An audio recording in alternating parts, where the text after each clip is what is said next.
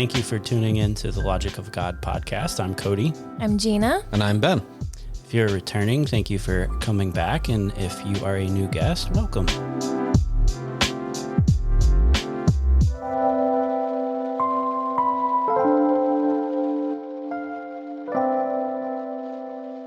So today we are going to explore the characters of Sarai, Abram, and Hagar, and sort of this transformative period between, their old lives and then their new lives with their new names under this covenant with God. So we're going to start in Genesis 16, and we're really going to just explore for a few minutes. So it's not going to be as structured as our last couple of episodes, but we're going to explore the characters of Abram, Sarai, and Hagar. And really, I think the point of this is to kind of retake ownership of these characters in the Bible and understand them for who they were as human beings rather than these holy people up on a pedestal that gets preached on. They have a lot of nicknames. So like Abraham is known as the father of nations, and Sarah is taught about as being this mother of faith or matriarch of faith. And I think those are good stories, but just like we've done with other, notable Bible stories that you learn in kind of your vacation Bible school as a kid, we want to take it deeper. We want to know who these people really were. We want to take cultural context and ancient Near East texts and also modern sermons and just kind of compare and contrast and share why these people are so relatable to us in the modern church and why they matter to church history. So we'll dive in and start with Sarai or Sarah. So, she's typically taught about as being the mother of nations. She's known for being super faithful and patient, and for also her jealousy when dealing with Hagar. She was cruel to Hagar.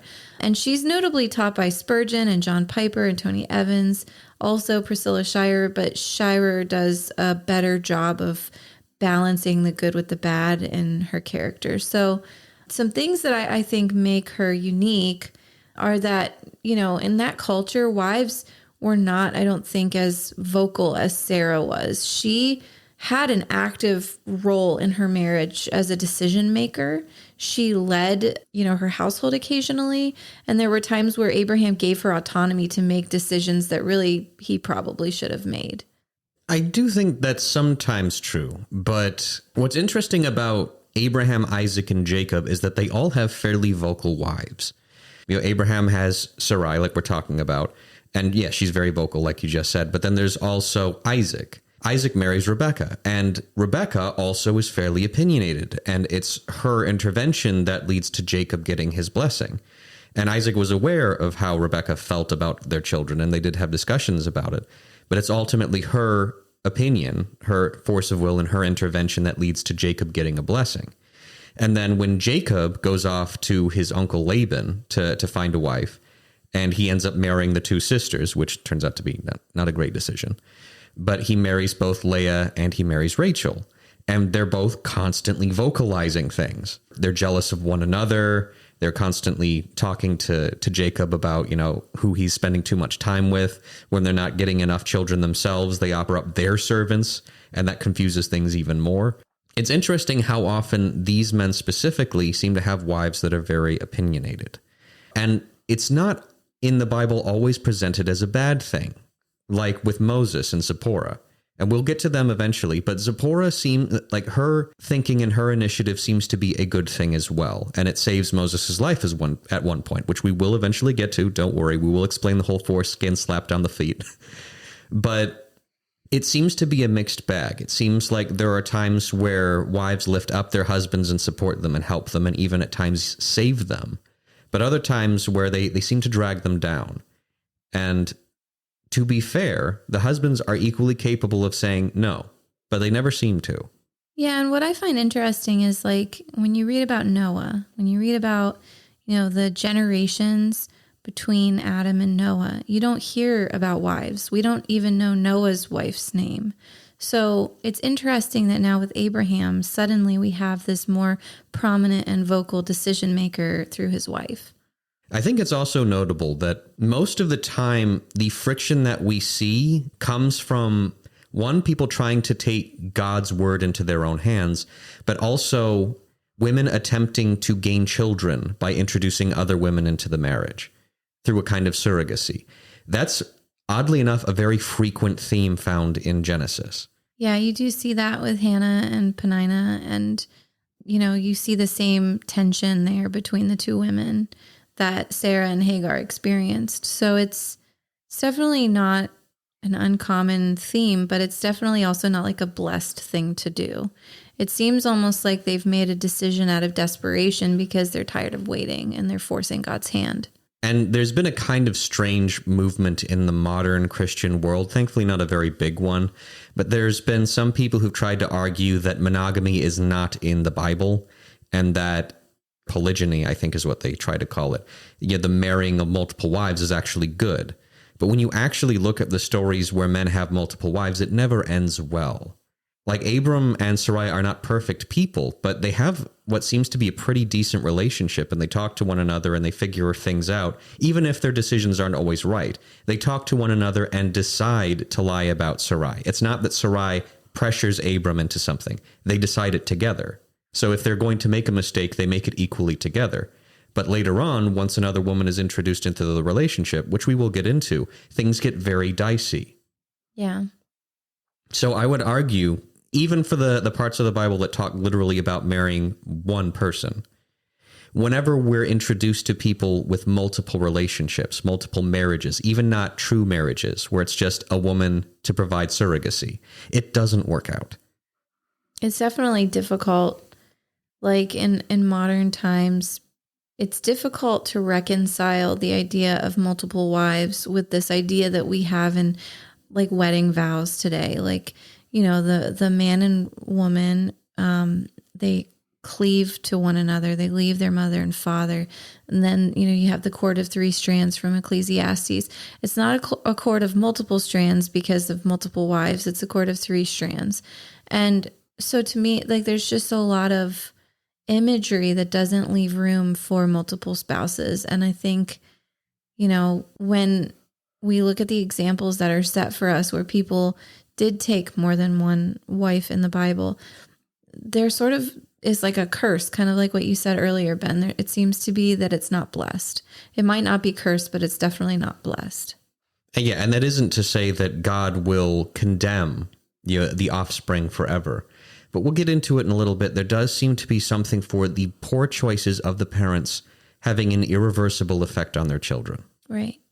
So, there are some things that ultimately Sarai decided to do and encourage her husband to do that give her a questionable character or like moral character. And we're not really here to argue whether they were good or bad. I think the big thing to take away is that they're relatable. So I'm going to jump ahead to Hagar, and we'll talk about the stereotypes for her that are taught, and then we'll go into Abram. So Hagar, we know, was a slave or a servant from Egypt. And most scholars kind of assume that she was given to Abram and Sarai as they were leaving Egypt after they kind of got found out. She was a part of their new belongings given to them by Pharaoh. And we know that she ran away from Abraham and Sarah. That's something that gets taught about frequently. We know that she was kind of available for having these fill-in children with Abraham, even though she wasn't his first wife. And she's also taught about as being like a survivor or even a victim. And then she's notably taught by Spurgeon. He has a lot of work on Hagar and Sarah. He delves into like this idea of Hagar representing the old covenant and Sarah representing the new covenant. Also kind of this idea of Jesus going after the Gentiles. So it's interesting. I like that he draws those connections. I think that the old covenant connection is weaker in Cody, and I kind of looked into that together. Do you have any thoughts? Yeah, so I'm not a huge fan of the connection there. And Spurgeon most likely is pulling from Galatians 4, where Paul connects those two together. But the idea that the old covenant is Ishmael like this fleshly covenant, and then, Isaac is this spiritual, the chosen covenant. And like, I don't see how that works as a good analogy. I mean, he's still with Ishmael. The thing about these covenants is, we'll talk about later, but God shows up for Hagar, and besides the messianic line, Ishmael gets the same covenant that the line of Abraham does. So he's blessed in multitudes, everything except for the heavenly blessing, which is Jesus. Like, the Abrahamic line doesn't get anything. It's Jesus. He's the one fulfilling that. He's the one getting the glory. He's the one who's getting the kingship. It's not Isaac and his family. I mean, it's part of their bloodline, but ultimately that points to Jesus. That is Jesus. So at the end of the day, both the line of Ishmael and the line of Isaac pretty much have the same covenant. When on paper, you could argue that Ishmael's blessing was much greater, because when you look at the number of the people in the Arabic world, like, real quick, just to jump back a little bit, the Jews in Jewish tradition treat Ishmael and Isaac as the Arabs and the Jews. So Isaac is the child of promise. He represents the future of the Jewish people. And Ishmael represents Islam and the Arabic people. And when you look at just the sheer number of Arabs in the world today, assuming that is the correct way to look at it, then yes, it seems like Ishmael got the much greater deal, because there are a lot more of his descendants than there are the descendants of Isaac. And that's one of the arguments that the Muslims would use to say that they are the chosen people and that the Bible is wrong, and actually Ishmael was the one who received the blessing, not Isaac. However, when you really look at it, the Arabic world is not in a good place today, and historically has not been in a great place. When you look at the overwhelming amount of war and conflict that's there, and the fact that Islam, when you really dig deep into it, is not a good religion, and also just the fact that the Messiah came out of the line of Isaac. And we also look at the repeated fallings away of Israel. The fact that if God had not repeatedly intervened, they would have been lost. They were invaded by the Midianites. They were invaded by the Philistines. They were invaded by everybody. The Babylonians. By rights, they shouldn't still exist. There's no other country in the history of the world that we've seen get taken over that many times, and we still know their boundaries, and we still know the people, but they still exist. So if not for the grace of God, this small people with territory the size of New Jersey, they'd be gone. But they had the promise of God with them, and through them, all nations on earth were blessed. So it's more than just an on-paper type. It's more than just the number of descendants you get. That seemed to be the thing that the people in the ancient world really valued, this idea that your family would continue. And that's what Ishmael got, and seemingly he got blessed more than Isaac. And yet it seems like without the grace of God, even the greatest blessing turns into a curse. So the things that make Hagar unique, I think it's unique. So God spoke directly to Hagar, and Abraham is described as speaking with God, but Sarah only really speaks with God when she laughs. And I think that's really important to note, because she didn't hear from him in the same way. The promises were not made directly to her, and there's got to be a reason why. And we'll kind of break some of that down. We can't know everything. And I think it's really important to state that some of this is just our own conjecture, and this is more of an interpretation-based or opinion-based episode. But we want to reclaim the humanity of these people, because it's really easy to put them up on a pedestal and say they were really good and Father Abraham had many sons, but we don't really, understand the decisions that they made and why this story applies to us today. So anyway, I guess we're going to jump into Abraham now, which we don't have outlined here. So we're going to wing it. So, Abraham is taught about as being the father of nations. We sing songs about him at Bible class, and, we know that he put his son up on the altar to be killed for God, and then at the last second, God stopped him. And so a lot of pastors will preach, that Abraham is this wonderful, obedient patriarch. And I think, that's great, and it's sort of true, but we need to evaluate the patterns that we see in the scriptures to really know Abraham's character. Yeah, for Abraham, he's depicted as the patriarch and, the father of faith and all this stuff. And I don't want to detract from that, but also what you get from scripture, you see Abraham as one of the more passive characters in the Bible. And by that, I mean, like, he does give Sarah freedom to make decisions that negatively impact his household. And he makes poor decisions, kind of trying to usurp God in this sense of, well, you made this promise, so it must mean I need to have it through Hagar. And then he seems very much more like a follower than a go-getter. Like, if you read the story of Jacob, and that, like, yes, Rebecca had a lot of influence on Jacob, but Jacob is a go-getter, so to speak. Like, he has that, to modernize it, that entrepreneurial mentality. I don't see that in Abraham. No, there's this, it's easy to assume. So, like, looking at what we've talked about previously and what we've studied about where he comes from. So, like, was a notable place of idol worship, and he followed his father to Haran from And then once his father died, he kind of set out, and it's almost like he mimics this Tower of Babel story here. Like, was he trying to make a name for himself? Because we know that he lived in idolatrous places, but the Bible doesn't specify whether or not Abraham was like, yeah, I don't like it here because it doesn't honor God. Like, we don't really even know if he knows God.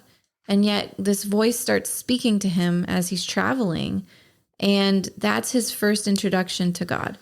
If you're putting yourself in Abraham's shoes and that's your first encounter with God, and you come from places that are incredibly idolatrous, I could see why he would keep wandering and kind of brush it off and not really be certain about what he heard or what the promise was, or, who this person is or being is that's speaking to him. And that, to me, helps me understand why Abraham would have proceeded on through Canaan into Egypt, because it looks like, this area is in famine, and yet this promise is kind of being hinted at. Why would I stay here? Like, this is a dead place. And he moves on. And you see, like, we personally have done that and felt that is you hear the promise. And one of the things that popped up for me going through this thus far is, why does the covenantal promise not fulfilled until much later? So, like, we read about the ritual ceremony where you have the sacrifices and the walking in between the animals, but that's not when the covenant is fulfilled. It's much later. So there's this long time span where, you hear the voice and you start moving, and then they make some mistakes along the way. Like, they make the trip to Egypt, and how that wasn't really an honest decision, what they did there. And then they come here and, the covenant is reaffirmed to them, and Abraham does the ritual and the ceremony behind that. And the covenant is reestablished with him again, or reiterated. But then there's another long period where they make more mistakes, and God must mean this. Like, you read in this story of Hagar where Sarah's like, well, maybe I'm supposed to have an heir through my slave. And that wasn't a good decision either. No, it seems like throughout the decisions, they were being refined. And you see that in the renaming of Sarah specifically, because Sarai means God's princess or my princess. It's a possessive word. And then Sarah just means princess. And that ownership is kind of lost. And you see a shift in Sarah's character as that name change and that prophecy the covenant become fulfilled. Like, her role was very meddlesome and opinionated and forward. And then as Isaac is born, her role becomes more subdued, and it's more obedient to the will of God than previously. So I think the lesson for us here is truly just like in the relatability of our lack of obedience. No, and trying to force it. Like, God's not speaking in this specific moment. It must mean I need to do this, instead of just being patient and waiting for God. And like Sarah comes by it honestly. Like, I've been infertile. I know what that feels like to want to take matters into my own hands. Like, we got told by numerous doctors that we will never have another child. Like, it's unexplained. We don't know why, but you will never have another baby. If you want to try to have another baby, you'll have to have IVF. And we didn't want to play God, and we didn't believe that that was the right decision for our family. So we stopped and we fully surrendered, and we started focusing on our spiritual walk. And then suddenly, miraculously, out of nowhere, I was pregnant. I think even in the situation that we're in right now, trying to figure out God's will for our future, it would be so easy to just say, like, we're going to do this. We're going to do this plan that I've come up with because I need to feel in control. And we're going to go here, and this is going to be our budget, and this is going to be our work, and this is going to be what we do because I said so. But like, instead we have to wait on the Lord, and that's very difficult. And so I think Sarah and Abraham come by it very honestly. I think that's the relatability to this story is they make mistakes in a time that they're supposed to be waiting. God proves that he's faithful in this story. They still have Isaac. He's still a blessing to all nations. Abraham still is fulfilled in the covenant that God made with him. But they go out of bounds and try to do it their own way. And you see how that's negative for them. Even the line of Ishmael, like, he's still blessed and he still has, multitudes of offspring, but you also see how Israel combats a lot of his offspring the rest of their existence, that this wouldn't have happened if they didn't try to force the issue and take matters into their own hands.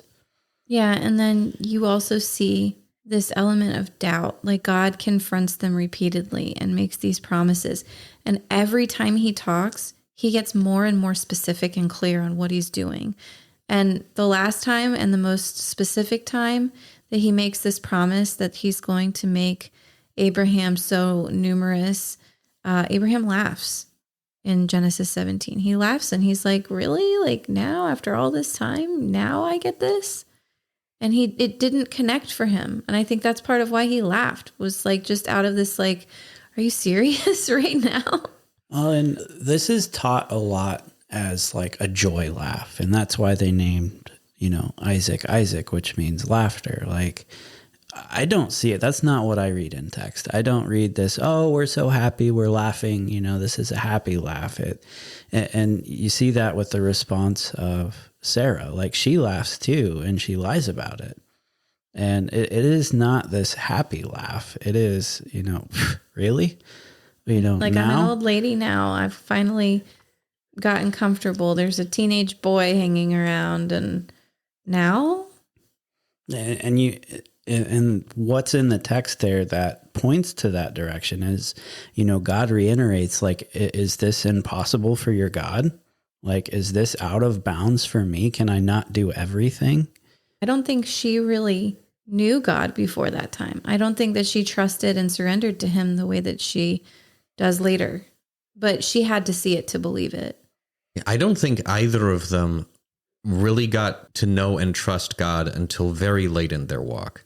When you look at the way Abram's story starts out, he's 75 years old when he first hears from God.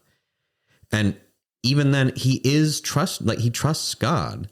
He does believe God, and it is credited to him as righteousness, because the first thing God tells him to do is pack your stuff and leave. And he does, and he immediately goes to Canaan. But you notice that miracles, as in miracles from God, like supernatural change, doesn't really come from God until Abraham's over 100 years old, 25 years later. God doesn't shower him with supernatural signs and wonders. Basically, all God does is say, go here and do X. Live your life the way that it needs to be lived until I tell you the next step. And I agree with you guys. It seems like God is building the relationship. The first thing that he does, and thankfully Abram agrees to do, is he packs up his life and he leaves. And that's an enormous thing. Like, how many of us would actually do that? So it's not that Abram is a weak person or a stupid person. No. But he doesn't fully understand the scope of God and who he is yet. And how could he? He doesn't have the Bible to read. And even if he did, how many of us actually believe? Well, and he grew up in areas that we know were extremely idolatrous. Like the examples that were set for him were not godly. But God tells him to go to Canaan, to the place that he designates for him. That's what he's told. And then he goes there, and then there's a massive famine. Now, Abram could have stayed there. We're not told that he sought the name of the Lord. He didn't call out to God and ask him what he wanted. He did the reasonable thing, which is, there's a famine here, let's go. The Bible doesn't even explicitly say, and he sinned against the Lord by leaving. But the implication is there because God told him to go to this land that's his. And he leaves and he goes to Egypt. And that first sin, because I do think it is a sin, leaving the land that God told him to go to, leads to a second sin, which is the lying to the Pharaoh. And again, that's not an illogical thing. If we were in that situation, realistically, we'd do the same thing. We wouldn't expect God to supernaturally come down and save us. Well, some people do. Like some people refuse medical treatment because they think they can pray their sickness away. By trying to force God's hand. You're right. There are some people who are that way. And they're every bit as foolish as the people who don't expect God to do anything. But Abram didn't expect handouts from God. He didn't expect God to supernaturally change things for him. And that's the relationship he has with God up until God literally shows up in person and says, I'm going to give you a year. You're going to have a kid. How is he supposed to react? Like, yes, I understand. This is a human reaction, and it's not right to have that reaction to God. But let's be real. How many of us would have any other reaction? We even know, with the benefit of hindsight and with the Bible, we know who God is and that he can do anything. But how many of us would actually expect God to do something that supernatural? I mean, we waited 3 years for a baby, and that felt like an eternity. Imagine waiting 100 years. Well, and you look at it too, and like it's, God's nature. Like even with us, like he gives you a nugget, but it's just like, go here and this is what's going to happen. You don't know the mechanism of how, you don't know how it will ultimately get to the end goal that you're told by God. So, as humans, you're like trying to logically connect the dots of how it's going to get to this spot instead of just being patient and letting God be God. And you see that in his story, and it's just so relatable. It feels like Abram and Sarai are people who are accustomed to doing things themselves. Those aren't bad people. Those are people you usually want in your corner. But God frequently asks us to do the opposite of what we want or what we're used to, because then we have to rely on him. Joseph was a homebody, and then he was dragged halfway across the country, and he didn't get a moment to himself or get to choose a thing that he could do for well on 20 years. And then eventually he becomes the king of an entire country that enslaved him. Yeah. Moses, the same thing. He's a prince of Egypt, and then he ends up being a shepherd until he's in his 70s? Yeah, he was old. Yeah, he was pretty old. Like, people don't realize how old Moses was. And then God shows up. He's like, hey, you know how you got a speech impediment? Well, now you got to talk to Pharaoh and all the people who wanted you dead. Yeah, but it starts off with this little calling, like Abraham, the Abrahamic covenant, like it was hinted at there for a while. And then, there's these reiterations of this covenant. And, by the third iteration here, where God's finally like, oh, next year you're going to have a son. They're probably like, oh, now, like, you've been telling us this how many times? Like, it's finally now. Yeah, the frustration is palpable. Like, you can tell. And God's not angry with Abram. Like, you can tell they more or less wrote it off. Like, we have to do this ourselves. Poor Sarai, she's not going to get to see this. I guess it's through Ishmael. And we will eventually cover this story more in depth. But the story where Isaac is bound and is going to be sacrificed, there are a lot of Christians who have a serious issue with that story. When you look at the cultures of the time, these people were constantly sacrificing their children to their gods. There's the constant line that you see throughout much of the Old Testament where it talks about sacrifices on the high places and offering their children to the fire. There were different ways of doing this, but one of the more infamous ways was a statue of Baal. And Baal would have this, I think it was like some kind of cauldron or receptacle or something, like an urn or something that you would put children in while they're still alive, and then they would be burned while he's holding them. This is the way that you show your dedication to the God. And so the people of that time, the Canaanites, who would have worshipped in this way, would have been looking at Abram and saying, where's your faith in God? He hasn't called you to sacrifice anything. You don't sacrifice your children like we do. And effectively, God was testing Abram by saying, okay, I'm going to ask the same thing from you. And you know it's not what I want. There were two conflicting things there. Do you believe in God enough? Do you believe that he's a God of love and of order? This is the child that he gave you, and now he's asking for that child back. Do you trust him enough that whatever he's about to do is right? And he did. And God stopped him. But it was more than that. It was also a promise that God would provide the sacrifice himself.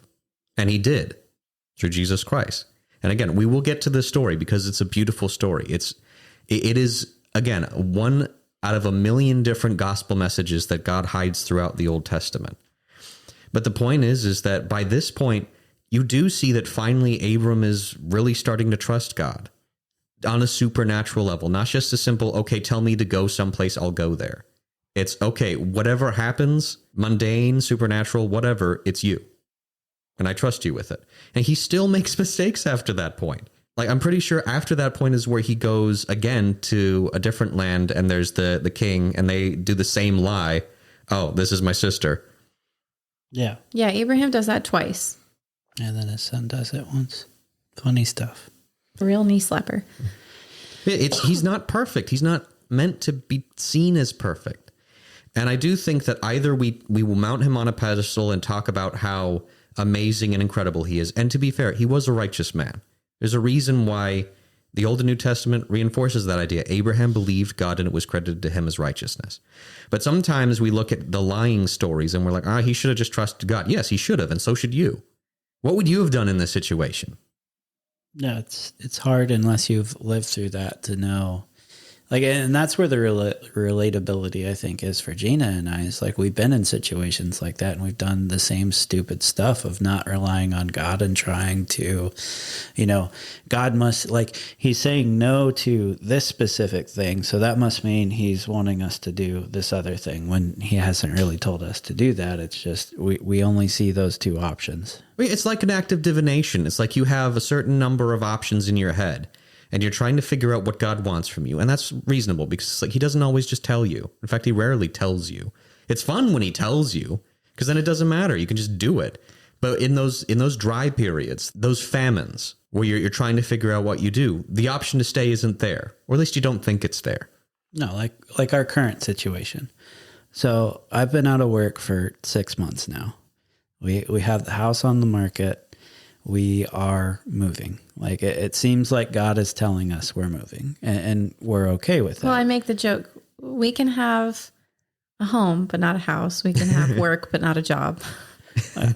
So we can't stay here. Like we don't have the finances to provide for the house anymore. So, and that's fine. We're moving, but we have multiple options of where we can move or different possibilities. And it's like, okay, he's not telling us to stay here. He's not giving us opportunity here to stay. So that must mean we need to just move out of state somewhere.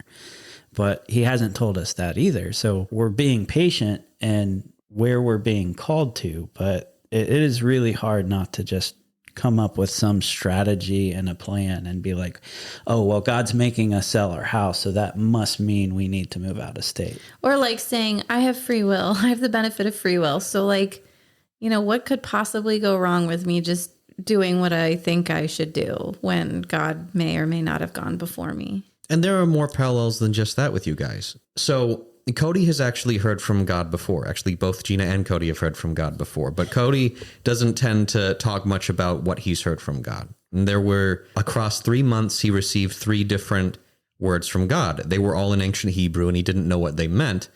And so eventually he got them translated. And the phrases that he got, when put in the order that were given to him on the 22nd of 3 different months, literally the 22nd on one month and the 22nd on the next month and the 22nd on the third month, which coincidentally is the same number of letters in the Jewish alphabet and is meant to represent completeness, but we won't get into that. Also, the same number of books in the Bible that Josephus gave for the Old Testament, but whatever. What God told him was, I will put my name upon you, or I will give you a new name. That first part we're not sure about. To join you anew to the wonderful counselor. God will fulfill your dream. Those three things. The more I think about the message, the more deep it seems. It's an I for the first part. I will put my name on you, or I will give you a new name. The second phrase that you got, to join you anew to the wonderful counselor. The wonderful counselor is the one who is going to be joined with you. The final one is God, as in God the Father. All three members of the Godhead gave you a message. All three together for one cohesive full message. And the important thing at the end is God will fulfill your dream. You know, no matter what you do, just like with Abram's promise, God's given you a promise. And no matter what you do or how unfaithful you are, God is going to keep his end. And yet it seems like no matter what happens, bad stuff keeps happening. Well, even through that, like, you know, I wouldn't say I'm a cessationist, but like that stuff doesn't happen to me. So like it can't be real for me. Like it can be real for other people, but that doesn't happen to me. And I went a year without knowing what that meant. Like, or even what I heard was biblical Hebrew. This was before I got into like the Hebrew side of it, any of that. Went a year, then we had opportunity to go to Israel, and somebody there, like Gina, decided I was too. I was Sarah, and I forced him to do stuff. Good on you, Sarah. Well, I was too embarrassed to talk about it because we had toyed with the idea of it being Hebrew eventually, because, you know, when you hear audibly from God, you're like, I need to figure out what this is. So we figured out that it seemed like Hebrew, but when we were in Israel and could talk to somebody who spoke the language, they confirmed it. And that's where I got these phrases in from. the valley of Elah, where David killed Goliath and the thundering clouds were booming around us. Yeah. It was wild. It was a God thing for sure. But then that happened, you know, we got what the meaning is in English, but there's still no fulfillment of that. There's no, like, we're still waiting. And I can't tell you how many times he and I have both laughed bitterly because we don't understand what the heck is going on. Yeah. So like the Abraham story for me is very connectable in the sense of like, okay, I'm waiting. Like, what is going on? What do you want me to do? Like, I'm here. Like, one of the phrases that I love, and I think I heard it from some Hillsdale class that I took online, is, you know, here I am, like the hinene. And I've heard this taught, and like it's been abused. Plagiarized by so many people. But like the here I am, like I feel like that, like Abraham and Jacob say it all the time. Like, here I am. Like, what am I doing? Yeah. We had a moment this month where we were like, all right, the 22nd is coming. We're going to list our house. We're putting the sacrifice on the altar, and we're hoping that God spares it, but we're willing to release it if that's what God tells us to do. It was the 22nd. We were fasting. We were praying. Crickets. When it ended up being listed on the 21st. I know. Which is, I had to laugh at that. I only laughed to keep from weeping, because I also was praying for you guys. And I'm like, yeah, the 22nd means something. Yeah. And things seem to keep happening on the 22nd. And then the 22nd comes by. I reached out to you guys, and you're like, oh no, it was actually listed on the 21st. Our agent did that. On accident. But I don't think it was on accident. No, I mean, no. Well, no, I mean, like, you guys are in many ways like Abram and Sarai. You're people who are used to doing things. You don't want things done for you. And you don't need other people to do. You're people who will actively build up from nothing, like you have multiple times. Yeah, we have. And so even if God were to wipe the slate clean and say, okay, start all over, as long as you have no debts or anything like that, you can build up, and in a few years that you'll be owning the place. Who cares? But to be told effectively, wait, and then month upon month, almost now year upon year, wait. One, that's not a good strategy for anybody. That I can do very easily, and that's a flaw of mine. I can just sit and wait. I'm not supposed to. We can't. It's so hard to wait on the Lord. Like, there are some days where I wake up in this season and I'm like, all right, we're just going to go. We're just going to go live off grid in a tiny home on a lot of land, and we'll figure it out. Like, we'll be debt free. We'll homeschool our kids. We'll be those people. And then I'm like, wait, he didn't say I could yet. It would almost be easier to have gotten no direction, because then you could just do what makes the most sense. But that's not it. No. And like, we keep coming back to like, we need to be faithful to God in this, even if it's weird, because right now I feel close to God, but I'm not hearing from God. Like I don't feel absence from his presence, but I also feel like he's intentionally not speaking. It's the biggest riddle of all time. Yes. And it's against my character to be patient in that, like patience. And I'm one of those people who, if something doesn't make sense to me, I'm going to research the dickens out of it and perfect it, figure out how it ticks, why it does what it does, and move. Like I need answers, and I need them now. And that's not wrong. Like Dr. Jordan Peterson often talks about the different types of personalities, and the people that tend to have the most success are the people who are high in conscientiousness, which you guys are, and high in disagreeableness, which you guys also are. And that's not meant to be an insult. The idea is that you're okay with people having negative opinions of you, as long as you have a goal. Like the conscientiousness means you have a good goal, and the disagreeableness means you're okay with people not liking you. So you'll pursue goals despite what other people will think of you, which is good, because it's always easier to tone those things back than it is to try to train them in someone. I'm the exact opposite. I care a lot about what other people think, and also I'm not very disagreeable. I'm not very much of a go-getter.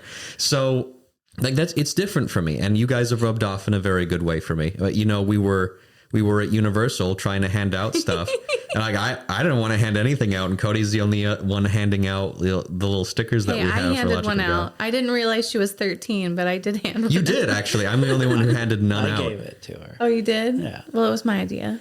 No, it wasn't. I told you to, like Sarah. But you guys are being told to do something that would, under any other circumstance, be wrong. If it wasn't coming from God, being told to wait. Oh, yeah. There are people in our life right now that like doubt us because we're waiting.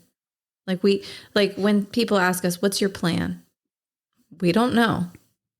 Why? Why don't you know? Like, why can't you tell me more about what's going on, what you're doing? Because God hasn't spoken yet. Like, we haven't heard from the Lord the direction on where to go. Why does that matter? Like, what about your children? Like, you're going to live in a cardboard box? Well, of course not. That's not going to happen. We believe that God is going to do something, but we don't know what. We don't know in 6 months where we're going to be. Isaac is on the altar. Again, that story, if it was anyone other than God, yes, that would be child abuse. That would be terrible. That would be the worst thing a parent could do. But in this process, we've had to put both our home and our children and our marriage, like all of it, on the altar. And we're like, here, because normal people don't always survive this. Like 7 to 8 years of marriage, that's the average divorce. Like going through a hardship during the average divorce time, statistically, we shouldn't make it. I think you guys will make it. Yeah, I do too. But people think we're weird because we're waiting on the Lord. When my parents had talked about that before too, you know, they went through some very rough times together, and my mom said that if they weren't Christians, and I think my dad had also said it before too, if they weren't Christians, they probably wouldn't still be together. God is the force that holds them together. And God needs to be present in order to hold not just your marriage, but your lives together. That's that cord of three strands in action. And it really does align with this idea of like Hagar at the well or at the spring being told to return, like go and suffer some more, is one thing that we've been talking a lot about. There's this commentary by Robert Alter, and it's called The Hebrew Bible, a Translation with Commentary. And the message here is like, for Hagar, go back and suffer some more. And sometimes in that suffering, like you get this development that is blessed, the way that Ishmael was blessed. And we've evaluated that wasn't the same blessing for Isaac that it was for Ishmael. But I think the suffering is a really important factor here. Yeah, I mean, we in the modern day, like we covered it with the portrayals of these characters and, you know, how it's going to be prosperous. God wants to make covenants with you to fulfill, and you're going to live the John 10:10 life, abundant and overflowing. Jeremiah 29:11. For he knows the plans to prosper you. Like, you have all this stuff that leads to this prosperity mentality. And then you read Hagar and he's telling her to go suffer some more. Like, you're going to be blessed. Your kid's going to be great.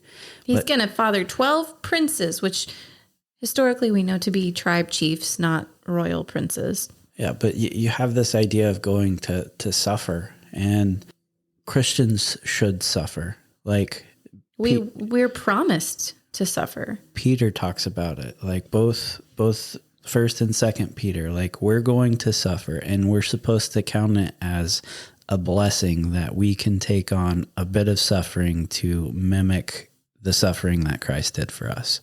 Like, we're going to suffer because Christ suffered. And that's going to be a blessing because we get to mimic our Savior in that. And it's hard to teach that. People think you're crazy when you're okay with suffering, or you're some weird masochist who just, and suffering can become an idol. Like, you can identify as the person who suffers. And I don't think that's good. No, you can't live like a victim. No. But there is something about suffering and doing it for the Lord and enduring and coming out the other end. I think there are people who have a very serious issue with God using suffering. Because that sounds unfair. It's like, why can't God make everything great and nice all the time? And plus, suffering wasn't there at the beginning. Like, with the Garden of Eden and Adam and Eve, like, they weren't suffering at that point. So why do we have to do it now? But the point is as long as evil exists, if God is good and he allows evil to exist, he must make evil work for good, for the ultimate good, because otherwise it couldn't exist. If evil exists, he has to use it for good. The promises that God made didn't get fulfilled by Abraham and Sarah. They got fulfilled by God. And the glory belongs to the Lord. We can't take that glory upon ourselves and say that, we are going to master our circumstances and control them. Because the reality is we are at the whim of the sin nature of the world. We could get in any number of circumstances that end our lives today. And it wouldn't be our fault. We can't live for the control of our lives. We have to live for the glory of God, because he's the one that makes the promise. He's the one that fulfills it.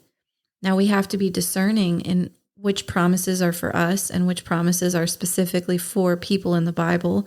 We have to be discerning that the voice we're hearing in our visions and dreams is truly the Lord's, but ultimately the glory is his.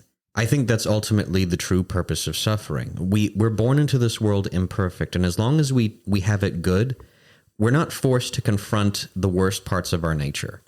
Because why would we? We don't want to. But through suffering, we're not strong enough to bear that suffering. And so in order to become strong enough to bear it, we have to look at our own weakness.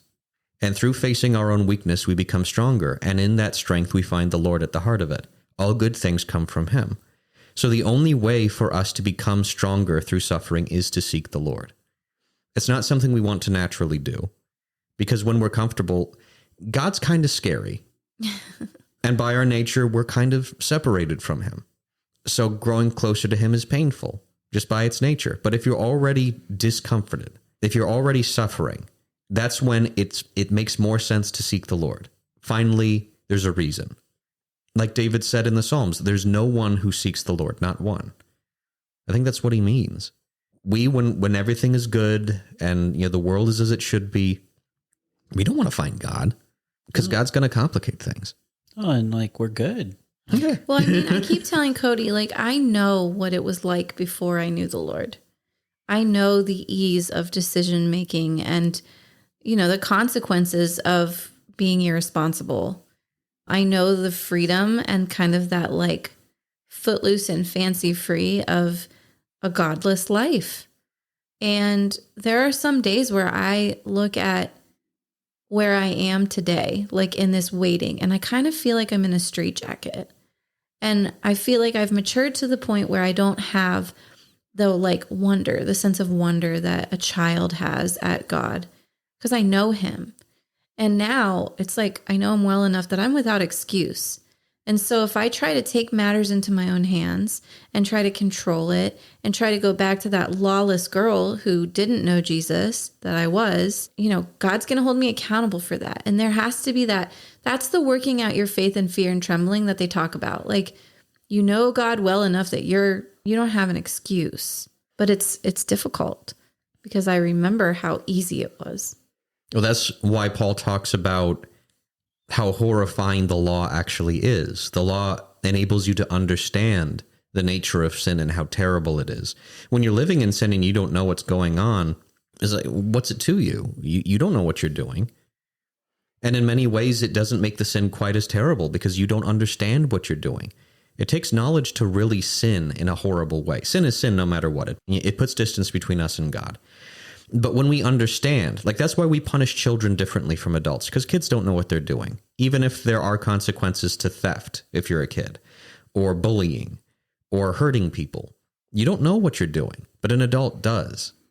And so the law teaches us just how terrible our sins are. And then when we sin in spite of that, like there's a reason why teachers are treated so much worse in the Bible when they sin, why they're warned about the punishment that awaits them if they turn people away from God by their actions, because they should know better than anybody. Yeah, there are people who made similar mistakes to people like Ravi Zacharias or Robert Morris, and then they become Christian, and we're pretty accepting of that. But we are not in the same way accepting of people who get to leadership in the church and then make those same mistakes. Like we can't be. We're called not to be, because they understand what they're doing. Yeah, I don't think Abraham and Sarah really understood what they were doing until God clearly spelled it out for them. And I think what makes it difficult, like it makes Abraham and Sarah very special, and that's why they're in the scriptures. But I think what makes it very difficult for us is that our walk with God today is different than their walk with God back then. We're under a new covenant, and we have the Holy Spirit in a way that they did not. Christ delivered a new walk to us on the cross. And we long for what we know from the Bible, but we are very hesitant to reach out to God in an authentic way that matches this new covenant, this new walk that we have access to.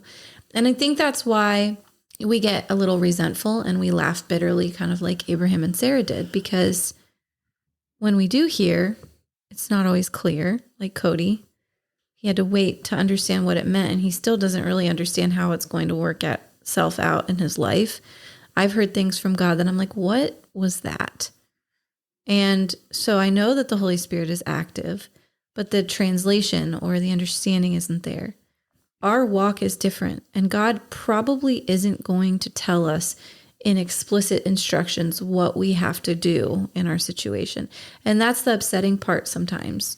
Like, why can't we just have this ceremonial moment where it's all clear to me now, but we're probably not going to get that. No, and it's the testing of the hearts. Like you have the Akedah, the sacrificing or binding of Isaac that Ben talked about earlier, but you also have, all throughout scriptures, like there is tests that God puts on people. In 2 Chronicles 32, it talks about Hezekiah, and God leaves him, like his presence leaves him to test the heart of what's in the heart of Hezekiah to know that it's true. And then you have the idea and James, the first chapter of James, like the purifying of silver, like you're going to throw off this slag of the silver and throw out the bad and keep testing it until you see that reflection in the silver there, or till we're reflecting God again. And you see that with Abraham here. It's like there's these little tests along the way, and it doesn't get fulfilled until Abraham understands his true heart, I don't think. Well, the first mention of God talking to Abraham wanders into Egypt. But then he goes in the complete opposite extreme of obeying God so preciously that he binds his own son and puts him on an altar prepared to kill him for God. Like, that was a process, and it did take him until he was over 100 years old to get there. And at that point, there were no more options for Abram.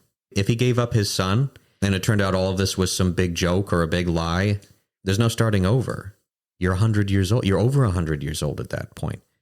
And your wife, who is already supernaturally enabled to conceive, like realistically, that's not going to happen again. What choice do you have? Yeah, the extra biblical on that stuff is a lot of fun. I'm looking forward to covering that episode. I mean, just the Talmud, like the ideas, like, just spoiler, there's Abraham, probably thought that Isaac would have been resurrected if he murdered him, which connects to the gospel message even more. Well, it's even in the New Testament where I think it's Paul who literally says that he believed that even God could raise the dead. Yeah.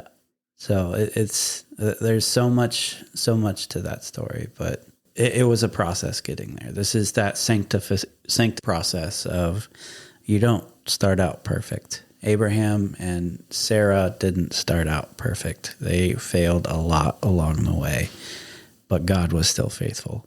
When tying this into church history, by the time we get to the New Testament and there are the disciples that are following literally God incarnate, they're able to ask him any question and get answers to anything they could possibly have.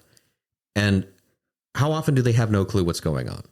It isn't until after Jesus dies and is resurrected and ascends to heaven that it seems like they actually have an understanding of what they need to do. Once there's distance between them and Jesus. Why is that?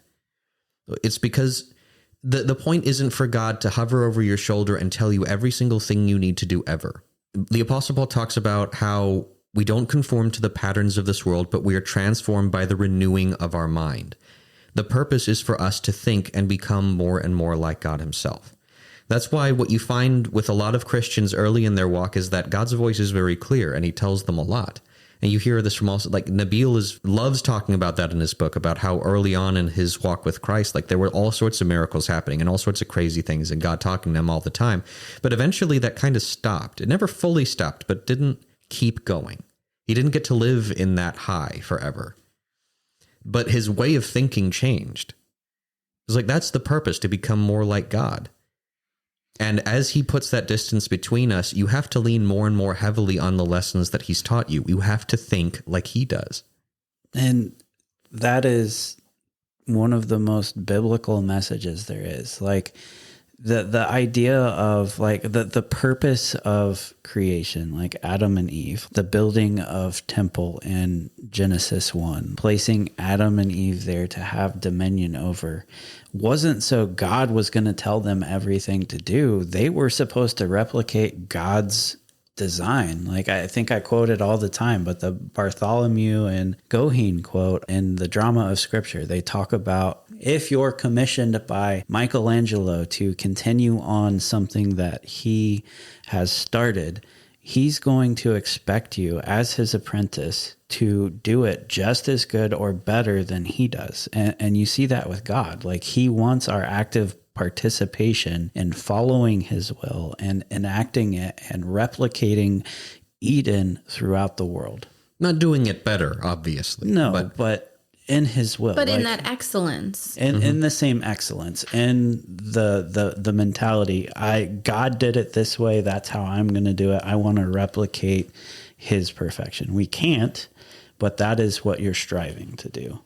Oh, and in making you different, there are no two people exactly the same. In making you different and giving you a slightly different vision, he will enable you to complete the work he's given you in a way only you can.